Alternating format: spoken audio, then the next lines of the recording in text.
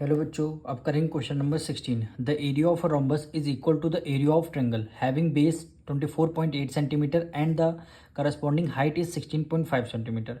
If one of the diagonal of the rhombus is 22 centimetre, find the length of the other diagonal. Question number 16 में आपसे बोला गया है area of rhombus किसके equal है, area of triangle के। तो दोनों हम इक्वल कर देते हैं। एरिया ऑफ रोम्बस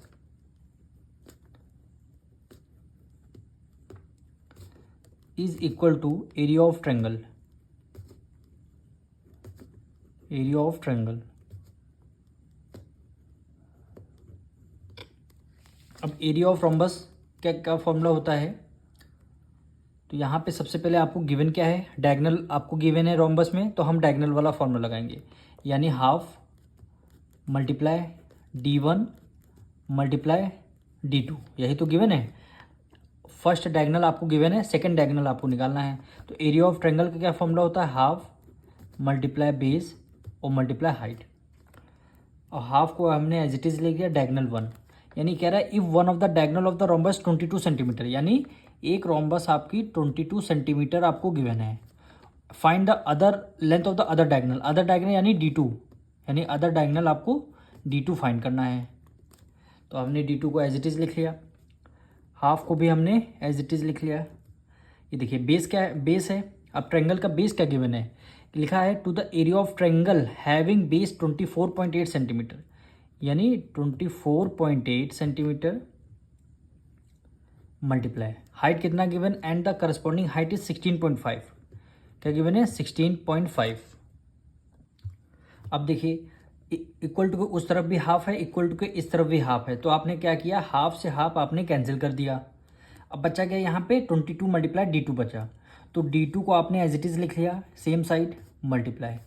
यहाँ पे क्या बचा 24.8 मल्टीप्लाई 16.5 डिवाइडेड बाय 22 सेंटीमीटर उधर मल्टीप्लाई में, इक्वल टू को इस तरफ आ जाएगा, ये आपका डिवाइड में हो जाएगा। अब यहाँ से d2 की वैल्यू निकाल लेंगे, तो डेसिमल हटते ही नीचे 1 0 आ जाएगा, ये वाला डेसिमल आपका हट गया, इधर से भी 1 डिजिट पहले डेसिमल हट गया, नीचे 1 0 यानी नीचे आ गया 100। अब दोनों 11 की टेबल में आते हैं, 11 2 ज़ा 22, 11 5 ज़ा 50, सॉरी 11 1 ज़ा 11, 1 कैरी, यानी यहाँ पे क्या बचा 5 बचा, 5 कैरी दे, 11 5 ज़ा हो गया 55, 11 5 ज़ा 55। अब इसको हम 2 से डिविजल करते हैं, 2 1 ज़ा 2, 2 1 ज़ा 2, 2 2 ज़ा 4 और 2 4 ज़ा 8 हो जाएगा। अब हम 1 2 4 की मल्टीप्लाई 15 से करते हैं, यानी d2 क्या आ जाएगा हमारा 1 2 4, यानी 1 2 4 मल्टीप्लाई 15, 5 4 ज़ा 20, 5 2 ज़ा 10, 2 ऐड कर लिया 12 हो गया, 5 1 ज़ा 5, एक 6 हो गया, मल्टीप्लाई 124, ये आपका 0, ये 6, ये 8, 1860, यानी क्या आ गया 1860। तो न्यूमरेटर में आपका 1860 और डिवाइडेड बाय क्या हो गया 100। तो 1 0 से 1 0 कैंसिल, यानी d2 की वैल्यू क्या आ गई, 1 नीचे 1 0 बचा तो ऊपर 1 डिजिट पहले डेसिमल आ जाएगा, यानी 18.6 क्या आ गया 18.6 आ गया। और यूनिट क्या लिखेंगे, सेंटीमीटर है तो सेंटीमीटर में आपका, यानी अदर तो हम क्या लिख देंगे, अदर डायगोनल भी 18.6 सेंटीमीटर, यही क्या हो जाएगा आपका आंसर हो जाएगा।